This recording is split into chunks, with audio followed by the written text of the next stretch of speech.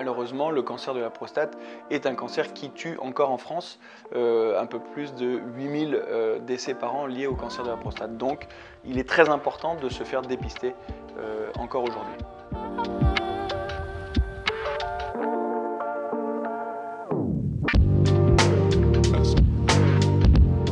C'est effectivement de prendre et de diagnostiquer la maladie au stade précoce, là où elle est curable, là où, où il existe des traitements et où on peut guérir de la maladie. Le dépistage du cancer de la prostate, c'est un dépistage qui est individuel, qui est recommandé en France à partir de 50 ans, donc les hommes après 50 ans et jusqu'à l'âge de 75 ans, ou un peu plus tardivement chez des patients qui sont en très bon état général et qui ont une espérance de vie qui peut aller au-delà de 10 ans après le dépistage. Quand il existe des facteurs de risque de cancer de la prostate, il est recommandé de faire un dépistage précoce chez les patients dès 40 voire 45 ans, avec notamment un premier PSA qui sera réalisé à ce moment-là, associé à un examen clinique. Dès que vous avez un doute ou des antécédents autour de vous de cancer de prostate, du sein ou de l'ovaire, il faut en parler au médecin traitant pour éventuellement organiser un dépistage du cancer de la prostate.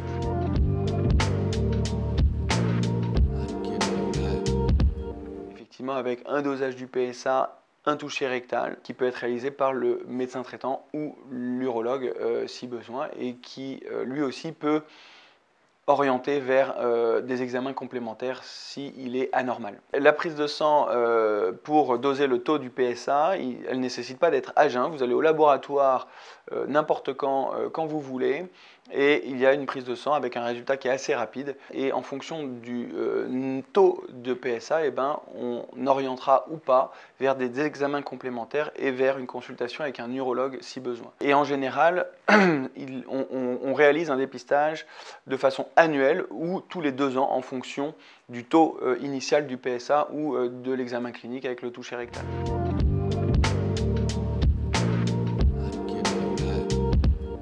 Quand le dépistage est anormal, il faut aller un peu plus loin avec notamment la réalisation d'une IRM prostatique et la réalisation de biopsies prostatiques. Et c'est à partir de ces biopsies que réellement le diagnostic de cancer de la prostate peut être affirmé ou non.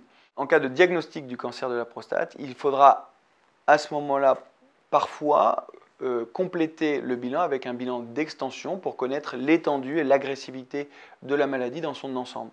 Et en fonction de ce bilan complet, on proposera au patient une prise en charge personnalisée en fonction de son cancer et de son agressivité.